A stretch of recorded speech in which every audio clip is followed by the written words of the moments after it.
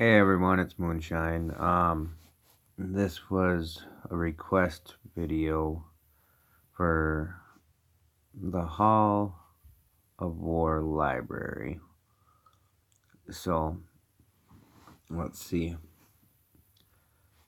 where to start. Right now, I have all of my tombs that I have on the Bowman. So, this one uses the defense to go to attack power. Okay. And that's Arrows of Vengeance. The Iron Skin increases defense by 3% for all bowmen, as you guys can see.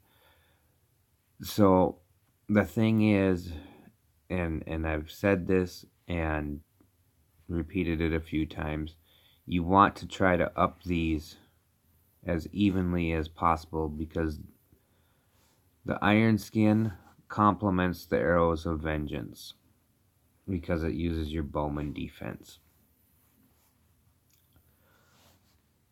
The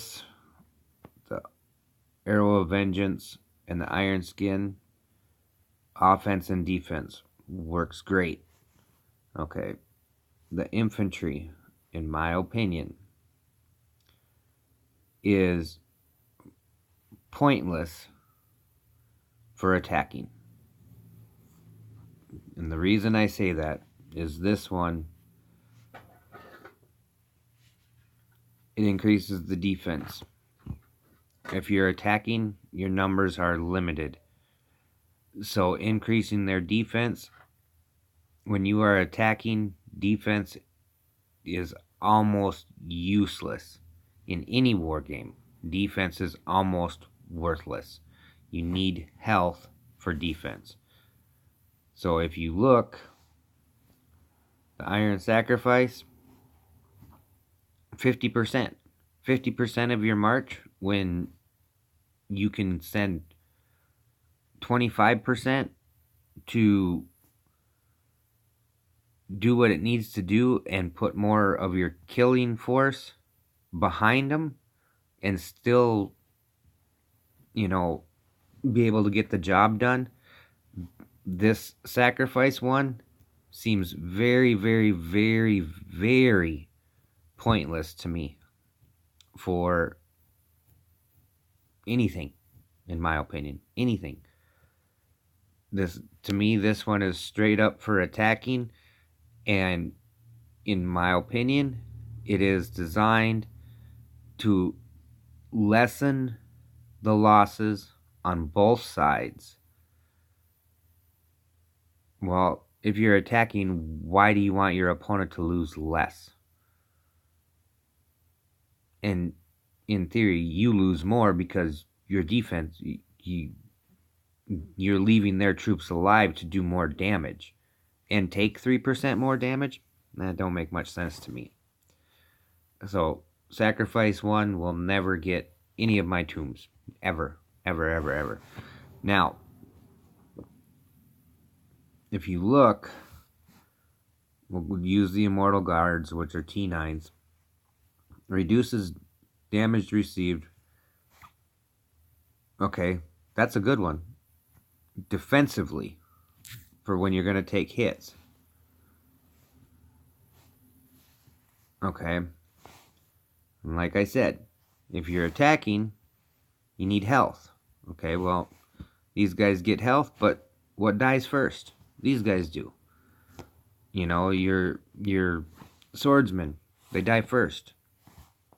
So if you're going to run in your numbers with a lot of infantry, I agree on running some T10s for infantry. Not a lot of them. I'd rather run T9s because they hold up, in my opinion, better, and they die second compared to swordsmen. Your spearmen die second to swordsmen. So when you're looking at this, you need to think about it, and it's the same for all of these when attacked. Okay, So kind of think about this when you're building troops to defend your city, to take a hit. You got to look at different things. Running T10s for your infantry to do attacks, fine. Make sure you cushion the blow by running some T6s, some T4s, whatever the case is. You need to give them some cover because they're going to take losses. Just like your bowmen, just like your light infantry. Those are basically your attack forces. Do I agree with it? No, I don't. I had a formation that I watched where the guy had a good formation, in my opinion. Watched him pop a tower with over 1 million troops in it. Went up against one of our better players, and that tower should have never fell to that march. So your formation is key, and how you set your formation is key. So the infantry, you need to decide on what you're doing. I don't think it's worth wasting the tombs on it unless you're going to, if you're going to be taking hits, then you're going to want to beef up your spearmen so that their damage is reduced, which means they're going to survive longer. Okay? And the health for the swordsman for when attacking, great. It's going to help them survive longer. It's going to do more than the sacrifice bullshit. It's going to do more than defense is going to do. So when you're planning this, you guys got to look at what you're basically going to be doing. Okay? The other thing that I'm going to say about the Arrows of Vengeance and the Iron Skin for your bowmen. The Arrows of Vengeance and the Iron Skin will also help you with your golem, your portal, your barbs, because it makes your bowman that much stronger. So, looking at these is massive. Your bowman, you get health, which helps them stay in the fight longer when you're attacking. Okay? Your crossbowmen, it adds to their attack power. Now think about that. Well, I'm getting health for my major killers, and I'm getting more attack for basically my crossbowmen, which take out the spearmen. It just, like I said, it doesn't make much sense to me to give these guys the T10s, for attacking, giving them health. Great. That's always a good thing,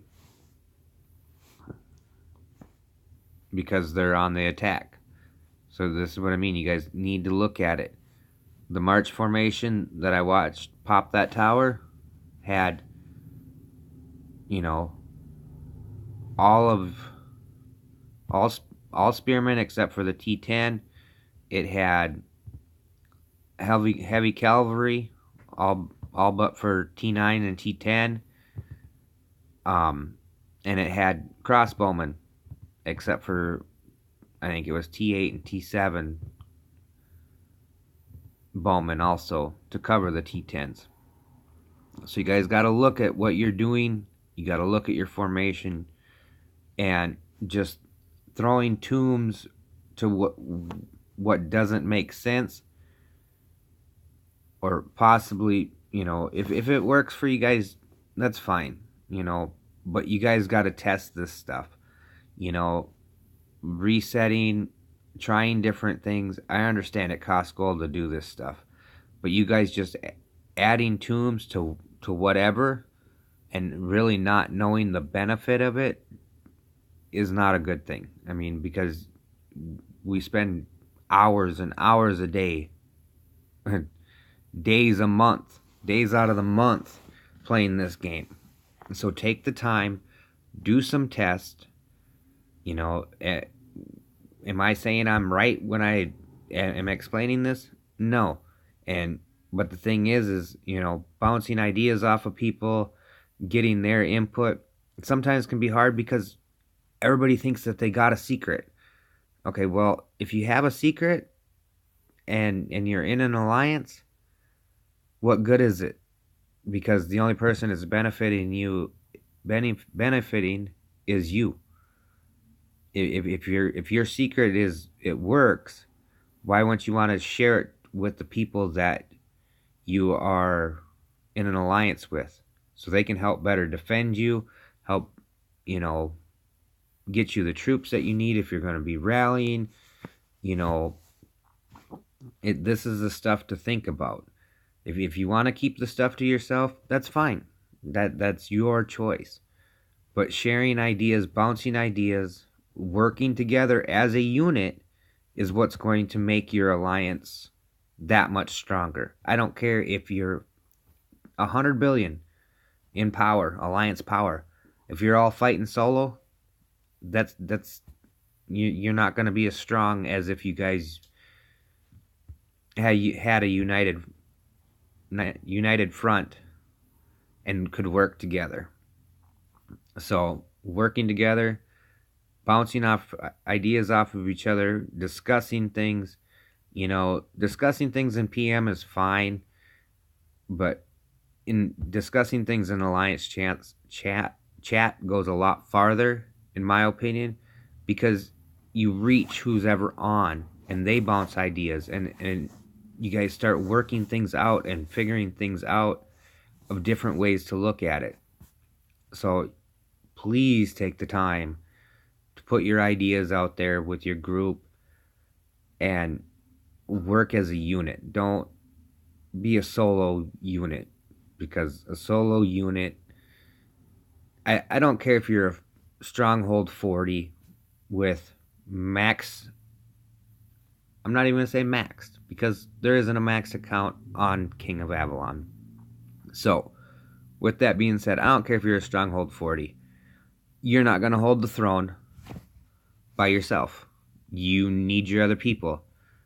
And just because you spent a shit ton of money doesn't make you shit if you can't hold something by yourself. If you wanna hold all your ideas to yourself, then try standing by yourself and see how well you do. Because it ain't gonna take much for some alliance that's united to wipe your ass out. You're a stronghold 40, I don't care. It don't make you nothing without the group. Yeah, you can go beat up a lot of people and you can zero people and whatnot, blah, blah, blah. Hold a throne by yourself. I want to see it. One time. I want to see one kingdom use one stronghold 40 and hold a throne. It'll never happen. Never. So,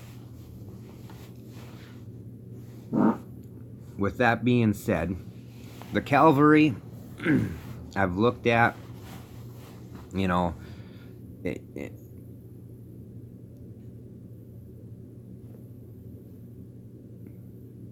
just don't make no sense to me. Increases your cavalry attack by 2% of their defense. Okay, well, this is my second line compared to my killers. So I'm taking their defense away, moving it to attack power. Okay? Understand.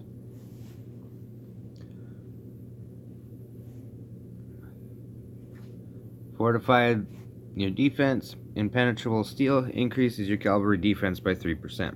There again, this is the same thing as bowmen. Basically, you want to up them evenly, so it increases your defense, which in turn increases your attack.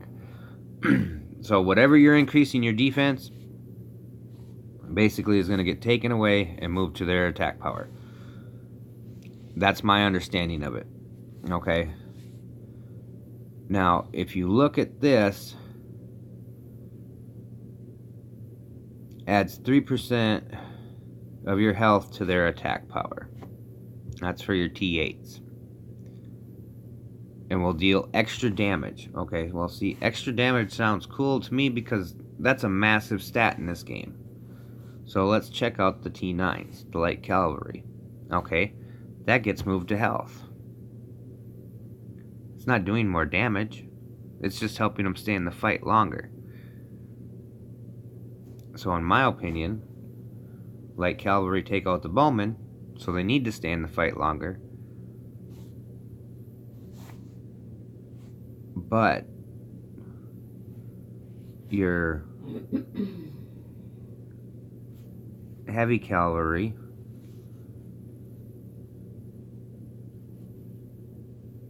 let's see, what does heavy cavalry do?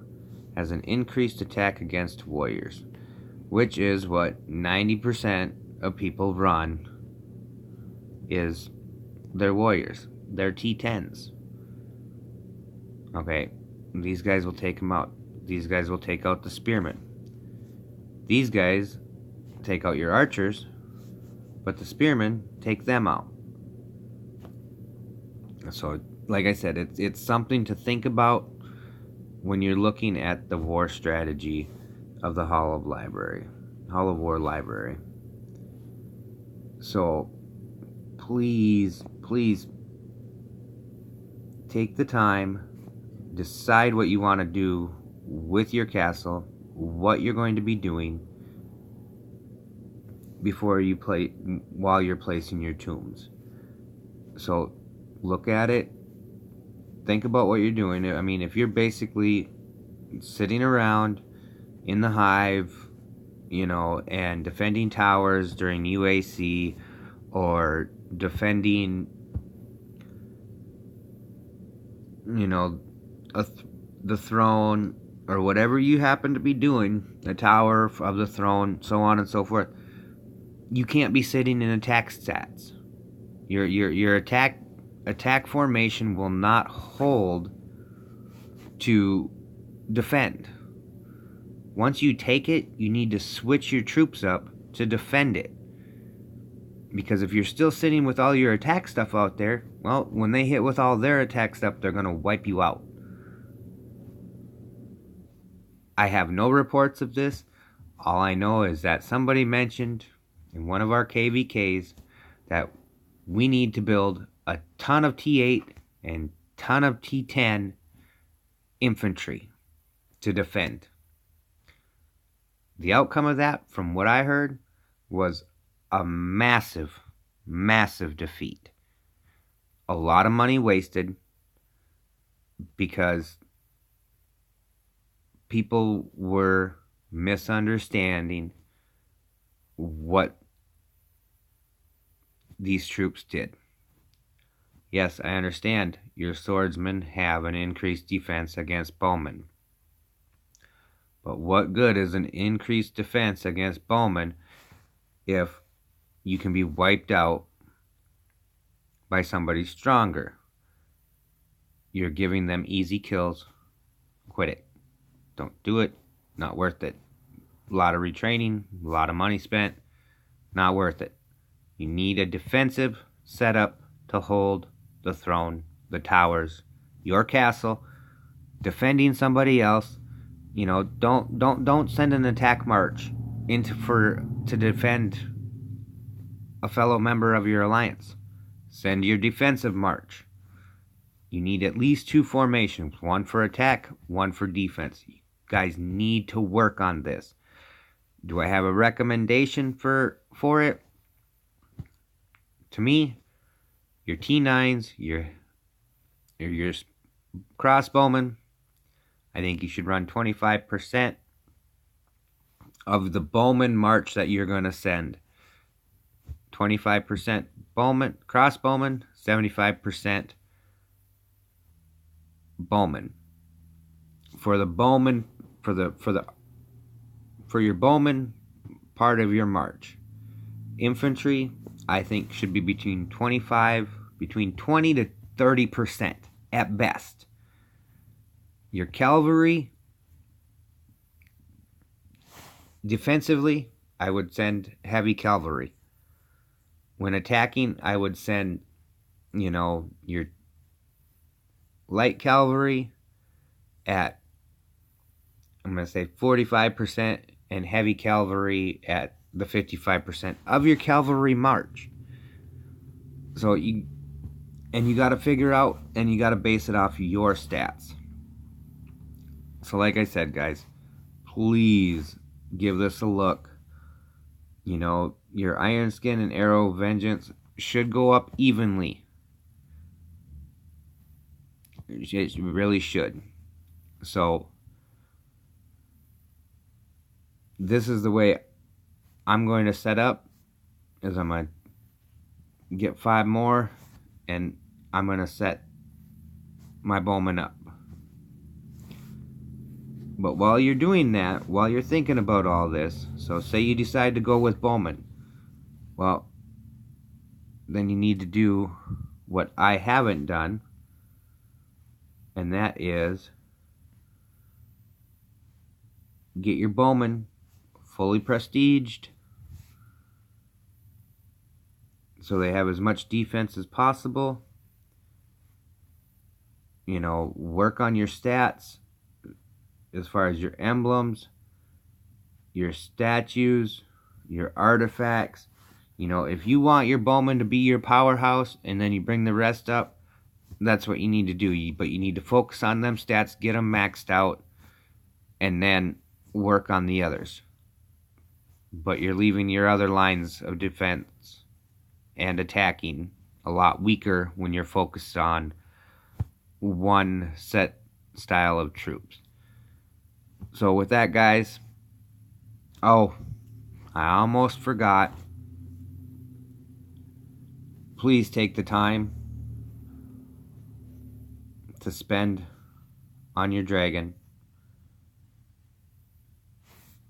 and look at your different formations. Make sure you know you are set up for what you are doing. Make sure your attack is set, your defense is set, your gathering is set, and your monster is set. Do not spend all of your points all over the place. If you are going to battle the golem, set everything to what you're doing. If you have a max dragon and you have enough points to have everything done and maxed out, great. The average player does not have enough assault and guardian points to do so. This is why I recommend that you focus on what you're doing. If you're going to attack the golem, set it up, with your march, your siege rage, your cavalry rage, and your bowman rage. Okay? Focus on those 4 first. And whatever points you have left over, as long as you can match what your emblem is requiring with your monster mayhem for march speed, fine. If you cannot get your emblems activated, go for the hit points, for your bowman, your infantry, your cavalry, and your siege. This is what I mean. Focus on what task is at hand. Having points spread all over is absolutely pointless. Pointless. This little power up here is nothing. The power of your dragon is nothing if you have points scattered all over. Having points here, pointless. Having points here, absolutely pointless. Just because it increases your dragon power doesn't mean that it's going to affect anything else. All it does is affect your dragon's power. That's it. There's no other reason to have skill points and stuff you're not using. You're wasting assault points, guardian points. Stay focused on what you're doing. If you're going battling, your attack and your defense skills should almost match each other. Should almost perfectly match each other. There's a few things that need to be done differently when it comes to attack and defense, but that would be for a total another video to be able to explain all that. With that, guys, have a great day. This video is dedicated to PW, Pitbull. You guys do a great job. Keep up the good work. We'll talk to you guys in game. Take care. Bye.